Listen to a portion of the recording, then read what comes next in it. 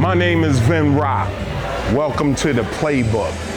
Putting, businesses and investing right there in your hometown, that's what encouraged us to do it. What are you gonna do when you have all the money in the world and no one else has anything? Or the wealth gap that's happening right now. Soon the hungry are coming for who has.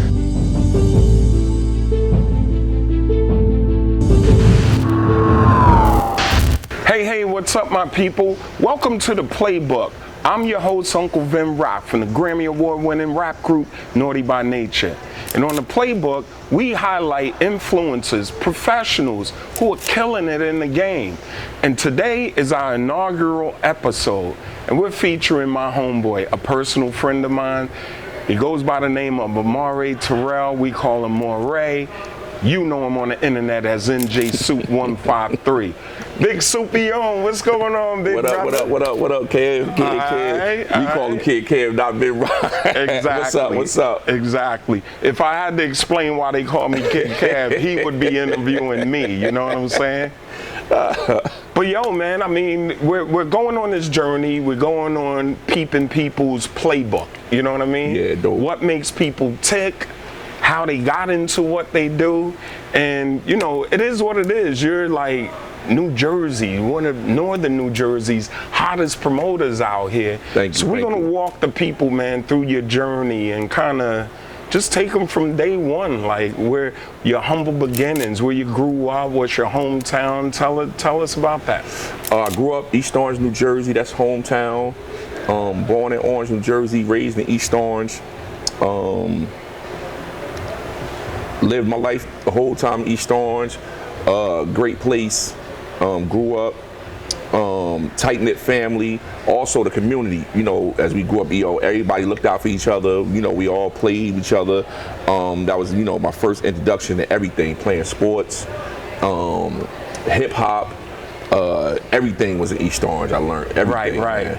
And in particular, we're all from down the hill. So I'm from 15th Street. What about I'm from you? 19th Street. 19th Street. Yeah. So the teen blocks, streets it was, right? The teen blocks, man. Yeah, we from the teen streets. Yeah, and I remember growing up going to Kentop and Stockton and all of that. You know what I mean? Oval Park. Yeah. Playing baseball and actually we was just talking about that a couple weeks ago. Us K Reed talking about playing baseball right there in Stockton Playground. Right. We used to play right there. Us, Tommy, K Reed, Howie. Yeah. Dion. Remember Dion from the other side of 19th Street? Dion. Playing baseball, man, just tight knit. I remember Fat T and graffiti and doing the graffiti and Kyrene. Yeah, man. Yeah. K Spray. K Spray, man, doing it, man. Oh man, I remember they, the 5%ers when they first brought the 5%ers around. Right. It was just the melting pot for us, man. True. Well, what about the family life? How'd you grow up? Like your family structure? Was it a single parent, both parents? What about your siblings and all that? I got two brothers. I grew up single mother. At the time, we grew up in the 70s. They kept everything from the kids, and I didn't know at the time. We used to always, my father used to call on the phone. We used to talk to him on the phone. He used to always say, "I'm coming this weekend," and he never came. Mm-hmm. So me and my brother grew up with a sense of that our father really didn't love us and he didn't care for us. He kept lying to us every weekend. I didn't find out until my 40s. During that time, it wasn't that. My father was in federal prison. Oh, word? Yeah, he was in Vietnam. And in Vietnam, he developed a drug habit, like so many guys that was over there fighting. Yeah, God heroin was crazy. God knows what they seen over there and they lived through. Yeah. And I don't hold it against him because I don't know what he's seen and that may be his coping mechanism to be able to get away from being in that type of environment, a war. Everybody is not, So when he came back home off tour, he started selling guns, military issue guns, and he got arrested, and he had to do federal time, like 9 years. So the whole time, I didn't find this out until I was 40 years old. It wasn't that he wasn't lying to us. He was locked up, and back then, the parents didn't tell the kids what was going on. Right. And that kind of hurt it because me and my brother lived with that thinking our father just didn't care about us. Right, you know? right. But single mother, but my grandfather and my grandmother on both sides was instrumental in our lives. Right. You know what I'm saying? My grandfather took us to baseball practice, took us downtown to go school shopping. So even though I had a single mother, I had a close-knit family around us that loved on us. Right. What about your dad? Where is he today? Now, my dad, he's living with cancer. He lives in New York in a veteran building in New York. He comes see me. We have a close relationship now than we had back then because, you know, as I got older as a man, he, you know, we just start talking about real issues and just opening up on each other and everything. And I just got a newfound more respect for him and his journey in life, you know? Right. So that forgiveness is important, right? No, it's definitely important because, you know, parents, and the thing about it is my mom's passed away 2 years ago, and we had a rocky relationship. And when she passed, you think about all the time we missed during our relationship with the issues that we had with each other, and it kind of went out the window like, yo, I wasted all these years, and at the end of the day, like, was it worth it? Right, holding that resentment when you could have been enjoying her, picking her brain, you know, like my mom, she passed away at 53 when I was 17 years old. I'm like, damn, that was so short. I wish I could have picked her brain and learned so much more. Yeah, that's young. 57 is young. Yeah. Because what are you now, 50? I'm 53. My mom passed at 52, as a matter of fact. 52. Yeah, that's young. I'm 51. So, you know, that's very young. Yep. So what about your childhood? Like when you were growing up, what was it about you, or when did you discover you may have had a certain gift, or you had something that was a little different than your friends or maybe some of your siblings? What I knew was, for some reason, I guess it was in me. God put it in me. So when I was like 7, 8, no, I'm not, that's maybe like 9, 10. I used to work for Miss Womble. Miss Womble had the corner store on 19 William Street. William, so I used to work for Miss Womble. But before I worked with Ms. Wano, I used to have a lemonade stand in front of my house. So I used to sell lemonade in front of my house. And then we also, in snow time, we used to go hustle and get and shovel people's yards. So we'd go to Mount Clair, West Orange, Bloomfield, we'd go to suburban areas because that's where the money was at. Right, you know what I'm saying? Yep. You would do a driveway back then, and the sidewalk get $20. Back then, $20 was like $200 right now. You know what I'm saying? So, and then I started working at the arcade on Little City. So then I was bagging groceries in Western Beef. This is all when I was 10, 11 years old. And I just had that spirit because I was a mama's boy and I was a grandma's boy. So I just always wanted to have that money to come home. My grandmother used to eat snuff. So, and I knew her favorite snuff. It was peach something. I can't remember now. It was peach something. What is snuff? Like tobacco? Tobacco, but it was like, it's something. It ain't quite tobacco, but they used to keep it inside of their jaw and all that stuff. People do that. I used to get my little money from bagging groceries at Western Beef, my little $3, $4. I'm running home. I'm going to get my grandmother some snuff. Going to get my little candy. I come home, look, Grandma, I got some snuff for you. Like, you know, stuff like that used to just excite me. You know what I'm saying? Because my grandmother always took care of me. So I used to always want to do something just in me, like just to do something for people that, you know, did something for me. So I started working at the corner store, and I was always good with math. So I started, you are good with numbers. So I used to start ringing up the cash register. I never used the cash register. I used to figure out in my head how much is your stuff, and people used to be like, "Oh, can you use the cash register?" And I used the cash register, and the number was correct. So as people was coming in, backing in, they just knew I knew what I was talking about. So they eventually, so I started working at Miss Womble. I don't know how much I was making a day, but she was paying me. But I'm gonna tell you what I used to do though. What was the name of the Mr. Tatum truck? The Tatum truck, Mr. Tatum. He ran around with the school bus full of vegetables and everybody in the neighborhood bought. So when Miss Womble used to lock me in the store to go to Mr. Tatum truck to get something, remember the Reggie Jackson bars? Reggie, yeah. No, one thing I did was, I used to, when she locked the store, I see her go around the corner, I'd go get a Reggie Jackson bar and eat it real. Skimming, right? Yeah, I was skimming. I eat a Reggie Baxter real quick, ball it up, put it in the garbage. Right, the Reggie Jackson part used to be good, man. But back then, I just had that spirit of entrepreneurship and just going out here and get it. It just was in me. I don't know. It was just in me. Right. So that's when you figured, I have a little something in me that's a little different than the rest of the kids. Yeah. How about your education? While you were in school, what kind of student were you, and where did you max out in school with your education? Well, in school, I was always a straight A student, right? And through all my grade school, I never had to really study. It just came natural to me. So when I went to 8th grade and I graduated 8th grade, when I was going to high school, I had college prep classes. And when I went to hit freshman year, I'm not going to lie, it got hard. The college prep was hard for me, and it came from me not studying. Everything was so easy for me that now it's time for me to lock in and get the books. Right. And it was frustrating because at that point everything just came naturally to me, and I just couldn't get with the books. Right. And it was like, oh, I really got to study now, and I started getting lackadaisical in my schoolwork.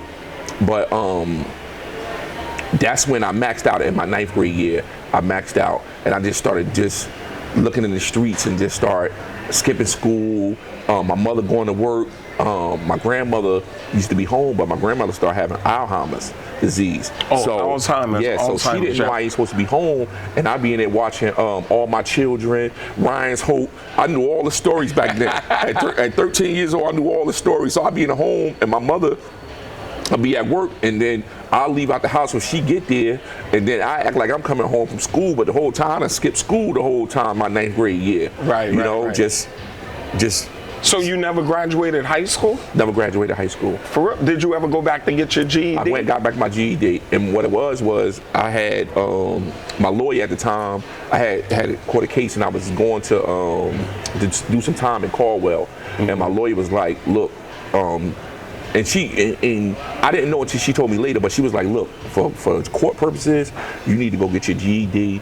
And so by the time we come back to sentencing, the judge seeing that you got your GED, this and the other. And you're competent enough, you're just not too reckless. She made me go get the books. We went to the library. So she lived in Verona. Her office was in Verona. I didn't have no driver's license. So she'd make me get on the bus, come to her office every day. I got to be there at 8:30 in the morning, so I had to study from 8:30 to 11:30, take lunch from 11:30 to 12:30, come back, study from 12:30 to 2:30, then catch the bus home every single day up the court. And then I was doing that maybe 3 months, and then we went to go take the GED at Essex County College. And what's crazy is I got one answer wrong through the whole GED. Oh, wow. And you usually have to write an essay. My essay was about her encouraging me to go back and get my GED. Wow. What age was that about? That was 97, so I was 24. 24 when you years did. old. Okay. Yeah, 24. I dropped out when I was 14 years old in 9th grade. I dropped out. Mr. Silverstein, remember Mr. Silverstein? Yeah, I'm Silverstein. He was my economics class. Mr. Silverstein came, got me, brought me back to school the next year. Was like, look, man, you got to get back in school. So I went back. I had to start 9th grade over again. But now, remember back then they used to clown you. Yeah. I got to start over with Garrett, Fabian, and all of them. Right. They was a year behind me. Yeah, I'm in class with them now. It don't feel right. It don't sit right with me. Right. So I'm in class, and then what happened was, I started dipping and dabbing in the streets. So one day I stayed home, and I had made like $2,000 during school hours, and I said, "Oh, it's a wrap. I ain't never going back to school. It's over." And I dropped out again. Wow. Yeah. Speaking of that, we're all from the hood. We're all from the inner city, and that street element has always been there for us. Yeah. So, what's some of your early recollections of, getting involved in the street game and kind of figuring out, this is a different hustle from the corner store hustle? When did you first experience, the street game? I would say living on 19th Street. So I lived on 19th Street, 4 houses from Ad Brown, Melissa Brown. Ooh. And they Gail, were getting it in. They was getting it in. And we was living in an era back then was they used to be boosting and bring the clothes. Yeah, They used to do that back then. They used to go to everybody's house and sell everybody the clothes and stuff. So that was Hakima. Yeah. So I remember the first time Bird, which is Bird. Yeah, she came running down to the house when Sugar Hill Gang hit the radio. Wow. She came running to our house like, turn the radio on, Sugar Hill Gang going. We turn around to the beat, hip hop, I was like, oh, joint, that's on the radio. So seeing them and Rock Scoville and Ad Brown was best friends. Right. So I used to see Rock Scoville come with the 9/8 caddy, with the mink coats. They coming out the house. Some of the times they house get raided, they coming out with guns. We little kid, I'm looking like, what? Like, so there's a, tell me go to the store for him, and Rock had these big hands. Yeah. And he'd be like, Lil Maury, come here. Yo, go to the store, right? And then he'd pluck me right in my ear, right? And I used to be like, I'm telling my mother, I hold my ear up, my ear ringing, right? I'm like, but you want the dollar, because he's gonna give you the dollar. You want the dollar, but I gotta take the pluck for the dollar. Right. So and then seeing Stale and Nasty Nate, the twins, going to the Civic Center, right? I'm sneaking out the house, going to go see Dougie Fresh, Fat Boys and all of that. We out there with all the hustlers. They behind the Civic Center, smoking weed, everything, And like I said, East Orange is tight-knit. We all know each other. We know our mother. So when we walk back there, they like, Lil Maury, what you doing back here? Like, what I'm saying? They ain't really, like, nowadays, they be like, man, get your little ass out of here. They don't do that. They just be like, yo, what you doing back here, man? You ain't supposed to get out of here. But it was with love. They had love, so they made sure you was good. Even though we was kids, they made sure you was good. So just seeing them in the neighborhood intrigued me with what was going on. The mink coats, the caddy trees and rolls, the girls they had, and me, walking to school. When you walk into school, you see everything. You know what I'm saying? Ski on 18. Like, you know what I'm saying? He was a big influence of me. Look at Soup Sal. Always looked at Soup Sal, because Soup Sal was fly, always dressed nice. He had that little ditty bop. Like, Soup Sal was the first person to take me to Delancey Street and Orchard, man, to go buy Sherlin and British Walkers and all that. Wow. Yeah. Rest in peace, Soup Sal. That was one of our hood celebrities. Yeah, man. He took me to Delancey Street, man, and Orchard back there. So what age were you when if you dropped out at 14 in 9th grade, 14, 15 years old, what age were you when you began hustling? I was 13. 13? 13. Wow. Yeah, but I'm going to tell you, I was stealing stashes for Cook on Kareem Cook, he places me on one of the blocks jumping. I didn't know what I was doing. He'd be like, yo, Lil Maury, go back there to that corner, give me that brown paper bag, come back. The whole time I'm stealing somebody's stash. And I'm giving it to him. Like, you know what I'm saying? When you don't know when you're younger, but when you get older, you're like, man, this dude had me stealing people's stuff. How about they done caught me? You know what I'm saying? Right. So, and then I had a friend, man, that moved from South Jersey, from Violet to East Orange. His name was Noel Snowy. We called him Snowy. Okay. And he introduced me to real hustling. You know what I'm saying? Back then, we started trying to start on 19 and William, trying to start a little block. Back then, too many blocks wasn't selling back then. Right, you had Grove, you had 18, you had 15. Then you had 6th Avenue. You had 4th Avenue, 6th Avenue, Little City. So all these little side blocks, it wasn't those little side blocks. You wasn't just popping up thinking you starting a block. So we tried to come out of our little corner. On 19, I'd go around the corner to get my clips from Ski. You know what I'm saying? Back then it was 20s. I get a $100 clip. I'm banging, making a little punk money, $60, $70. Right. So we graduated 8th grade. Hart Middle was going to high school, but he was from Violent, like I said. He was like, yo, let's go down here. They were selling 30s. Well, we were selling for 20s. It was going for like $30, $40 down there. So I get my little stuff. I go down there. This is my first time I ever got arrested. I go down there with him. We making money. We done finished all of the stuff, so we got to get back to high school for the freshman year. We jump on a parkway. Dudes ride. His cousin drive us up. We get pulled over by state troopers on exit, in New Brunswick exit. Woo-wee, exit 9. I'm 13. He 14. I don't know how old they was that was driving the car. Wow. They pull us out. They find the empties. They find Noel stuff. I got my stuff in my drawers, but my leg just keeps shaking. I'm scared. I can't stop my leg from shaking, so I'm trying to hold my leg because I'm scared. they end up locking us up, taking us to the precinct. So the guy in the cell, you know, we juvenile, so we outside the cell. He said, yo, where that stuff you had? I'm like, it's right here. He said, throw it to me, because they just had told him, y'all ain't got nothing, we gonna let y'all go. We running y'all name, we gonna let y'all go. So he thinking he just getting out. I take the stuff out, look, we're the state troopers, Bryce, and I throw it to him in the cell. Boom. When the police come back, they say, look, we letting y'all go, we got to strip search y'all first, make sure y'all ain't got nothing. So the dude say, yo, you got to take that back. I said,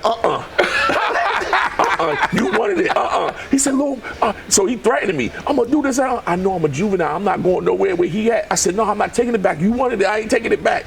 So he ended up getting arrested. Jammed up for it. He right? wanted it. You got it. He claimed it. Yep. So, but then this was my first introduction also to using drugs, because they were smoking weed. I never had smoked weed up until that point.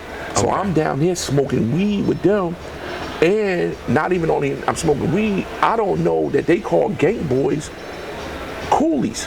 Ooh-wee. So I don't know I'm smoking coolies with the weed. I'm smoking coke and weed and don't even know it. Right. I just know my lips is numb, and I don't know why my lips is numb.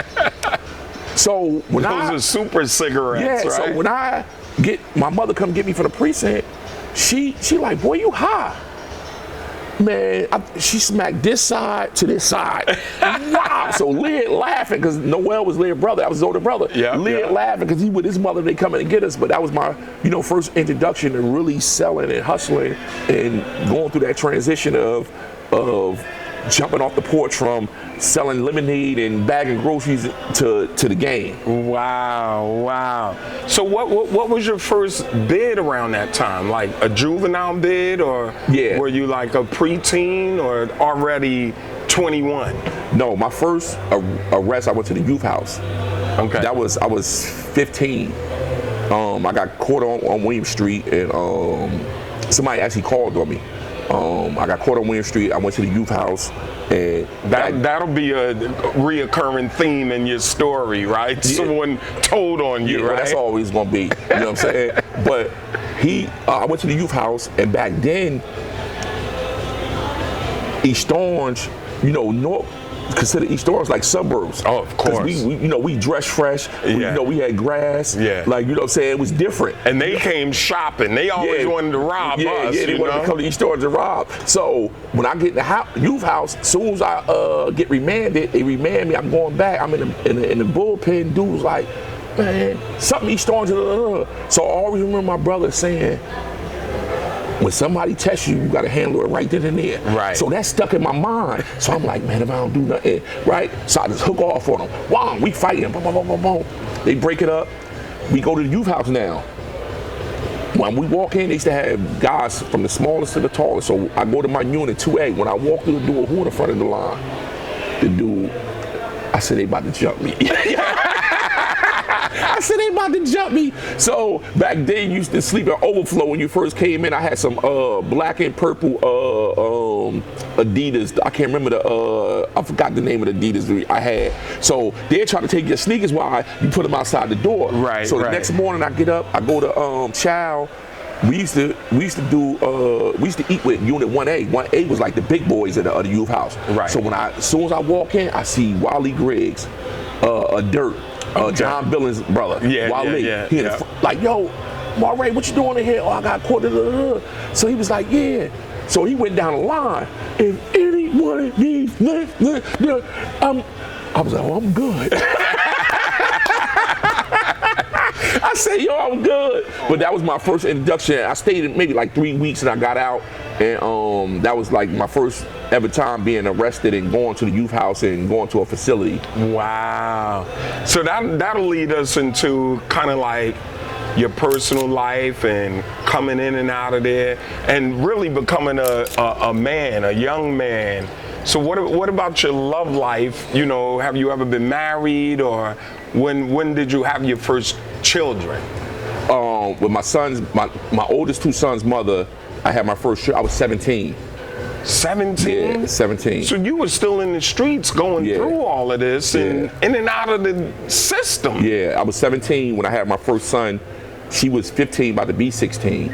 and I was 17. I was 16 and just turned 17 when I had my first son, and then I had my second one the year right behind him, like back to back. Like, you know what I'm saying? And I had him 18. It was back to back. You know what I'm saying? So you have 2 sons? Do you have any daughters? No, I have 3 sons altogether. Okay. But the 2 sons was back then. Yeah. And then I waited years later and had a your other son, right? I know the youngest one. Right. Yeah, I don't know why I dipped back in, but I dipped back in. Hey, like, you know what I'm saying? That's one of my biggest regrets. I don't even have children, man. So I wish too late. I wish I had it. Oh yeah, no, I'm Vin Hefner, so I could be 80 years old. I'm gonna pump them out. I gotta get there. You know what I mean? What about the married life? Are you married? You ever been married? Divorced? Well, I'm married now. You married now? The last, if I get this wrong, I'm in trouble.